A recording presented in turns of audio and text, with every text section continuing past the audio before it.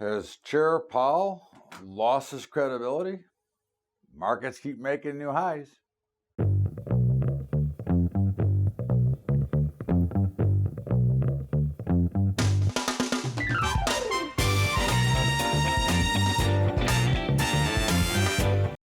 What's up, everybody? Welcome aboard to Bubba's Bottom Line. It's Bubba, fresh back from Las Vegas on a flight that was 3 hours delayed that got in at 4 o'clock this morning. And I'm too old for these overnighters anymore, but here we are. I had a great time in Las Vegas, worked hard, but played hard as well, and managed to leave Vegas with a little bit of their cash. But in the meantime, here we are. And of course, the whole week was dedicated to Chair Powell, which we'll also talk about in our commentary. But equities continue to make new highs, which we'll get to in our market commentary. But there's a lot going on, and of course, I think you're seeing, first of all, you've got so many divisive people out there, especially on the left side of the aisle. Alyssa Milano discussing, comparing Vice President Pence to Himmler. Are you kidding me? This is how far and how bad we've gotten in this country. It's actually a joke. It's a joke watching AOC and these morons go at it. But again, it is what it is. So we're not going to waste any more time discussing it. But I thought those were interesting highlights or lowlights of the week, along with, of course, Jeffrey Epstein, who should be in jail already and is not. And hopefully he'll go directly to jail, and we'll take care of that too. Because again, anytime you abuse anybody, but especially children, that should tell you that you should be immediately, again, I can't say it, but I think everybody gets the drift of where I would be with this whole thing. But in the meantime, okay, we've got economic data that is slowing down, okay? But yet, markets make highs. You've got the start of earnings season this week. Now, once again, they have magically and systematically made earnings season. They've lowered the expectations so low that they might be underground right now. I mean, you might be able to crawl over the expectations. So, what does that mean? Well, it means more than likely, okay? More than likely, they're going to beat earnings, because again, when you continue to lower expectations, okay, anything could be a positive surprise, not a negative surprise. So I don't expect to see any real negatives here. Now again, I'm sure there'll be the occasional surprise, but when you bring down expectations, like we've used the example before, I believe, but it's, somebody tells you how great a restaurant is or how great a movie is, okay, you can only be disappointed. When everybody tells you how bad everything is or how bad everything's going to be, you can only be pleasantly surprised. So not only are we going higher, but of course you've got beaten down expectations that are there, okay, that say, okay, that it's going to be hard not to beat them, okay. This is like the Harlem Globetrotters playing the Washington Generals. It would be hard for them to lose. It'll be hard for earnings not to make it because of what they've done with expectations. Of course, I think one of the things you're seeing is the hedge against idiocy of the political cycle. You've got people racing into gold. And again, I think gold, we've been long gold, right? I mean, again, this is not, but I think we make a big mistake. If you think that gold is going to hedge your equity portfolio, you better think again, okay? Again, I'm a big believer in gold. I'm a big believer as a hard asset. But, again, if you're trying to play A, the news cycle, and B, the political cycle, you may be better off going to see a doctor, because you're not going to be able to play it. It doesn't work that way, okay? But there are so many things going on, and again, we see, okay, that there's we'll call it the retail. Well, it's not original, but the retail apocalypse, okay? So you've got about 12,000 retailers that are going to close this year worldwide. Again, I think that is something that says to you that that's a problem, okay? Now, again, we can continue to ignore potential problems, okay? And remember, equities or markets and the general economy are really not related. So let's not confuse the relationship between the two. I think this is one of the things that many try to do, and they try to compare based on what's going on in the economy versus what's going on in the markets. And I think that's a very dramatic mistake that many make. But you're seeing, okay, a lot of the numbers and reports that are not good. You're seeing a lot of reasons to believe, but yet the markets don't go down. So I think the retail apocalypse is going to be big. I think that, again, I go back to this ridiculous inflation target, okay, that the Fed is after, the 2%, and I can't see where it's not there, okay. Now again, I never understood why food and energy don't count in the reports. You know, it's always, if you have ever noticed, it's always X energy, X food. They take them out of the equation. Well, but isn't that the thing we use every day? Isn't it the thing, you know, if more importantly, okay, for farmers, okay, their fuel costs and their fertilizer costs and their overall inputs continue to go up. So how can we say that we are not in, and again, we're not in hyperinflation, but prices are going up, salaries are going up, okay? So where do they not see this 2% or whatever ridiculous number they're looking at? This goes back to the ignorance of what they do in the first place, which again, we'll address more of this in our commentary later. But another thing that we're seeing is traders and investors are dumping their overall hedges against their portfolios, knowing that the markets can only go higher, and that's about as dumb as you can be, okay? Yeah, you can time it right for a day, for a minute, for a week, but at the end of the day, you know, one thing we do know is markets don't announce themselves, okay? And you know, I think that we see, okay, that, you know, at any time, okay, there can be a breakdown. Now, if you don't think that there are warning signs out there right now, and again, it shouldn't change what you're trading. I mean, we're long, right? We've been long since, you know, for quite a while now. Okay, now I don't necessarily agree with it, but that's what the algorithms say. So why would I want to fight that? But at the end of the day, I'm not getting out until it's time to get out. And the time I will get out is when the algorithms are changed. Because again, you cannot try to time, you know, for a given day or a given trade, sure, you can time out a trade, but for over what's going to happen, you cannot time it. So again, why would you dump your hedges that protect you just in case? Okay, that would be known in the cycle of greed. Okay, so remember that, you know, again, when greed starts to take over, okay, that's always an issue. Okay, greed is part of that magical mystery, okay, out there, which the same as what happens with fear. Okay, we have these things happen all the time. This is not the first time we're seeing action like this. Okay, it usually is under a different circumstance. But if you don't think, I mean, I personally believe that there's going to be another liquidity crisis. I personally believe that the banks are not nearly as strong as they say they are.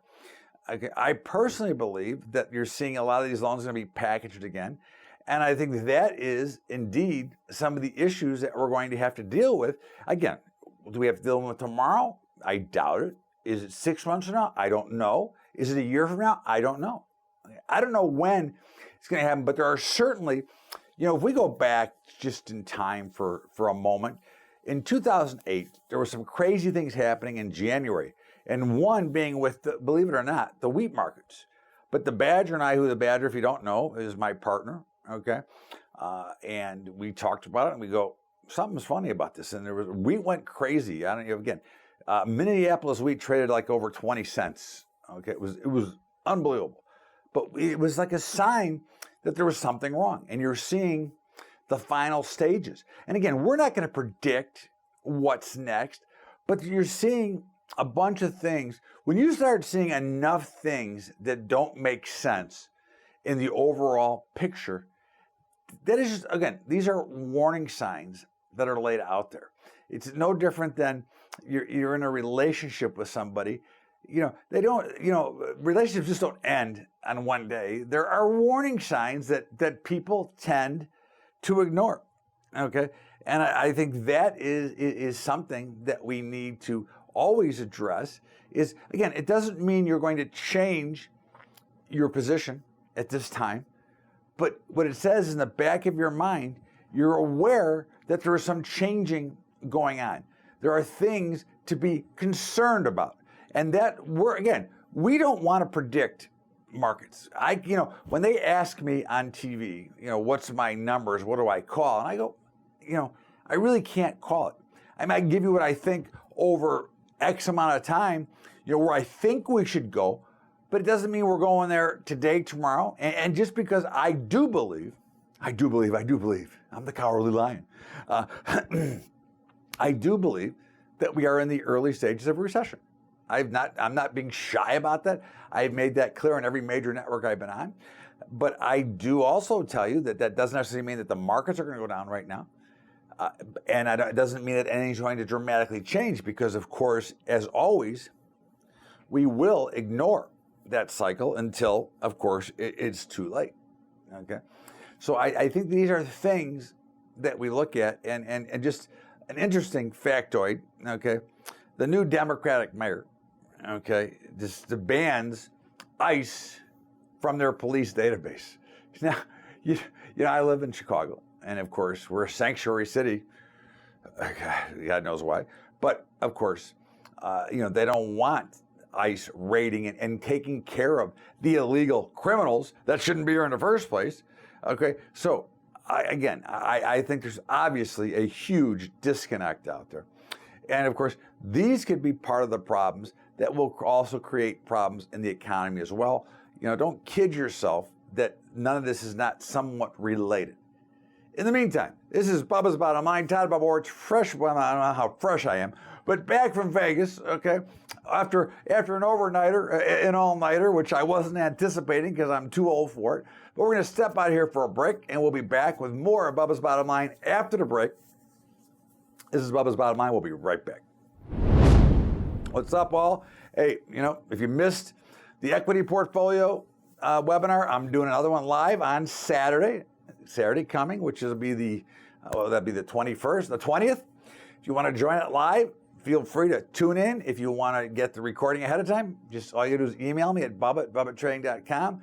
But we're going to go ahead and fire it up, and we're kicking ass. Okay, the portfolios have been unbelievable, and again, I anticipate them being unbelievable. Of course, we always know that there's always that risk of a drawdown. But if you want to get a hold of it, bubba@bubbatrading.com.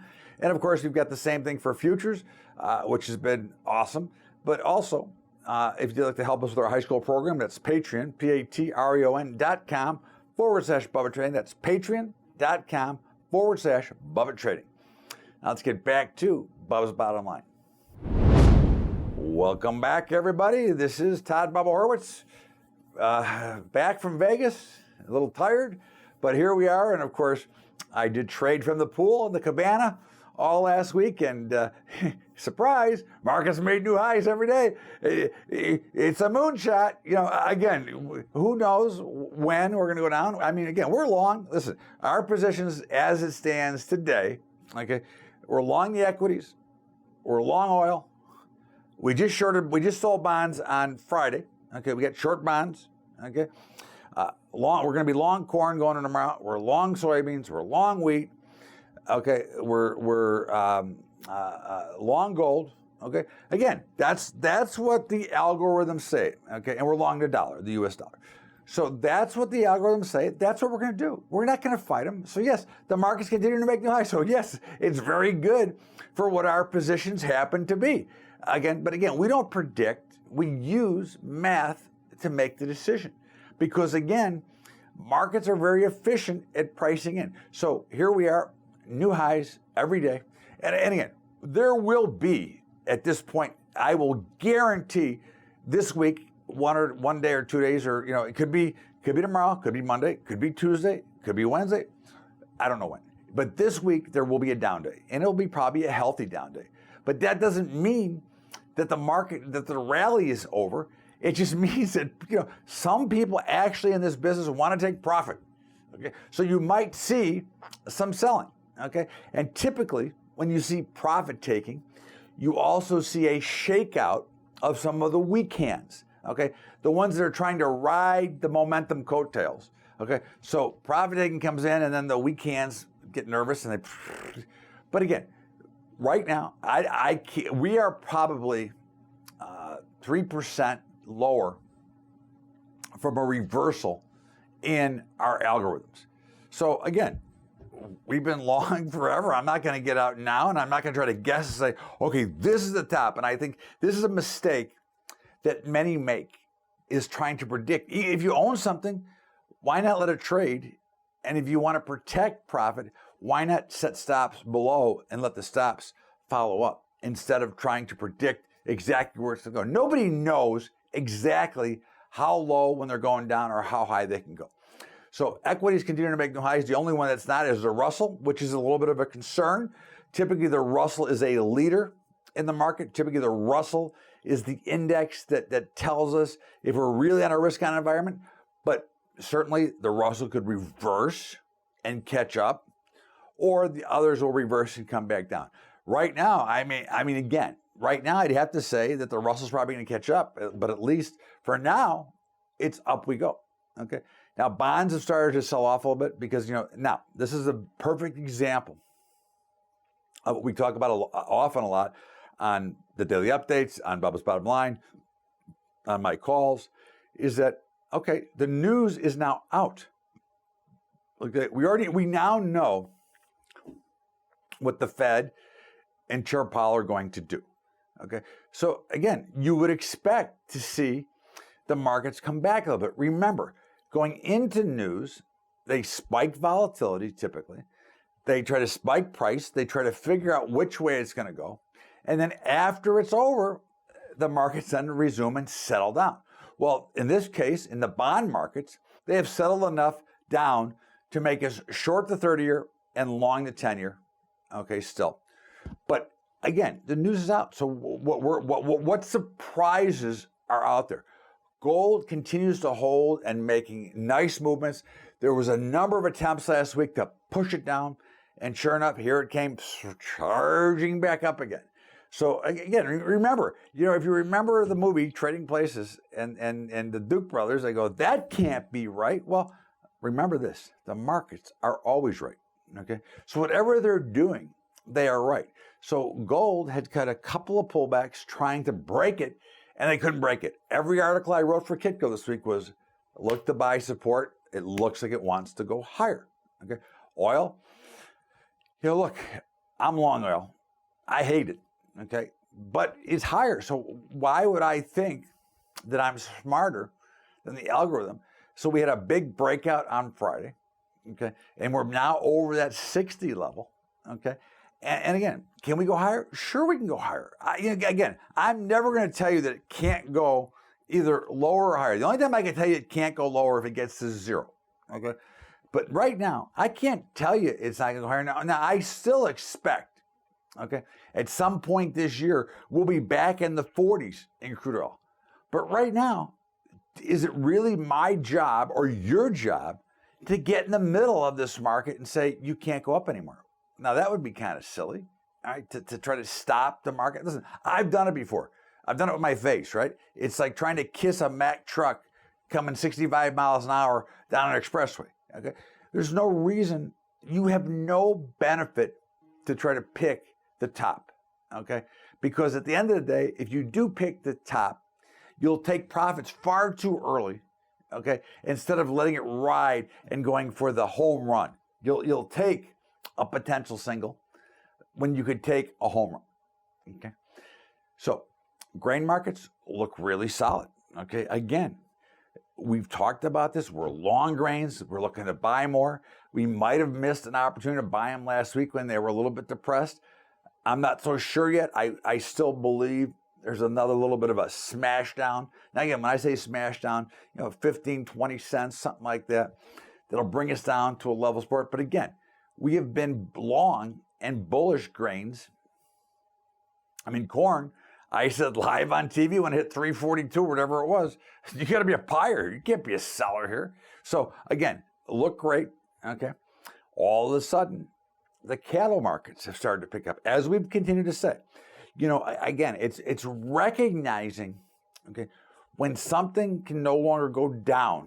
Now again, there's no rule that says it can't go down, but when the price action suggests that it can no longer go down, and what you saw is you saw a number of attempts to break down both fats or live cattle and feeder cattle, and they couldn't get it to break, okay? So what happens is typically you get a recovery. Now this recovery was extra bullish in the meats. Why? Because it didn't spike up in one day and go up limit after being down. It's grinding its way through and building a strong bottom. Okay, so that tells me that we have substantially higher prices to come. Now I know that feeders were down a little bit on Friday, the high price of corn, but again, that resolves itself. Don't let those two things confuse you in the bigger picture. Okay, that's a lot of a short-term reaction, but they look great. Now again, hogs have tried to break out. Now we're still sellers here, but it's getting closer. If they can build a base up in these levels, then we might have to reevaluate. But again, we're not afraid to be wrong. We're not afraid to have to reevaluate a trade and say, okay, well, we'll get to the other side of the market. But right now, we'd still be a seller of hogs, okay, because that's what the pattern looks like. Remember, 2 months ago, we were at 100. Now we're at 80. So we're down 20%, and we're just holding. We're not exactly charging back forward. So we're still sellers of rallies until it's different. Now, again, we've been very bullish the dollar, and then we had to get bearish the dollar for a little bit, and we've now reversed back to the bullish side. But I don't know if we're going to see, I still believe there will be par at some point, but I was pretty confident we might see par by the summer. By the end of summer, I don't know that we'll get there now. We are long and we are bullish it now, but again, I don't know that we can see enough here. There's too much dollar manipulation. There's too many things going on with people trying to dictate what the dollar should be doing. And I think that's always an issue that we have to look at. But I am happy for my grains people, my farmers and producers that held in the bins, and you're now able to now liquidate or at least hedge some of the stuff you got so you can lock in a much higher basis. So that was, as I always say, okay, if you can store for no cost, in other words, you can store on your own land without paying, then it's great that you go ahead and store. Because again, at corn 350, I'm not interested. To me, it's like putting money in the bank. Okay, I'll put it in the bins instead. So congratulations to those who held. Congratulations to those who held soybeans. Okay, again, yes, I know we have an oversupply. I know there might have been some damage, but at the end of the day, okay, you were able to sell or at least hedge at much higher prices. So that's a great thing. Okay, and I'm really happy for all of you. Again, markets look like they want to go higher. I'm not going to tell you to get in the way of them. I give you exactly what our positions are without an opinion, okay? Because, again, at the end of the day, my opinion is good, but long-term trades are built on a trend and built on an algorithm, which is what we build it on. So that's more important to you because we want to hit, there's certain trades we make for singles. We make trades for home runs. The algorithm trades are for home runs. In the meantime, this is Bubba's Bottom Line. Todd Bubba Horowitz back from Vegas, an all-nighter, old man, tired. All right. In the meantime, we're going to step out here for break, and we're going to come back with my commentary on Bubba's Bottom Line. We'll be right back. Hey, y'all. Yeah, next Saturday on July the 20th at noon Eastern Time, I'll be doing another Futures Portfolio webinar, and we are kicking ass and taking names. They've been really good. Okay. We're running 9 different portfolios, but we're actually cutting down to 4. We're just closing out. But in the meantime, out of the 9, 7 are up big and 2 were flat to a little bit lower last week. But really solid information and solid stuff. But again, it's just straight math. There's no, it's all mechanical. So if you want to check out the webinar, just to either go to BUBBATrading.com. The link will be posted either today or tomorrow. Or you can email me for the recording of the last one, or you can get the sign up for the new one. Whatever you'd like to do, please feel free to reach out. And of course, if you'd like to help us with our high school program, go to Patreon, patreon.com/BubbaTrading. That's patreon.com/BubbaTrading. Now let's get back to Bubba's Bottom Line with me, the tired old man. Should just get off the boat, just get off the plane. We'll get back to Bubba's Bottom Line. Welcome back, everybody. This is Todd Bubba Horwitz. It is Bubba's Bottom Line, and of course, every week I give you my commentary, and I've got something I could comment on. But I am tired of battling with the idiots about certain things, which I'm sure that you out there can figure out what I'm tired of battling about. But in the meantime, let's talk about the Fed and what's going on there. Okay, so Chair Powell caved. It's as plain as it knows on our face. Again, he testified on the Hill last week. And it's the same old story. Inflation, which I don't give a crap what he says. We got inflation, okay? And the other guy, Evans, we need more anticipated inflation.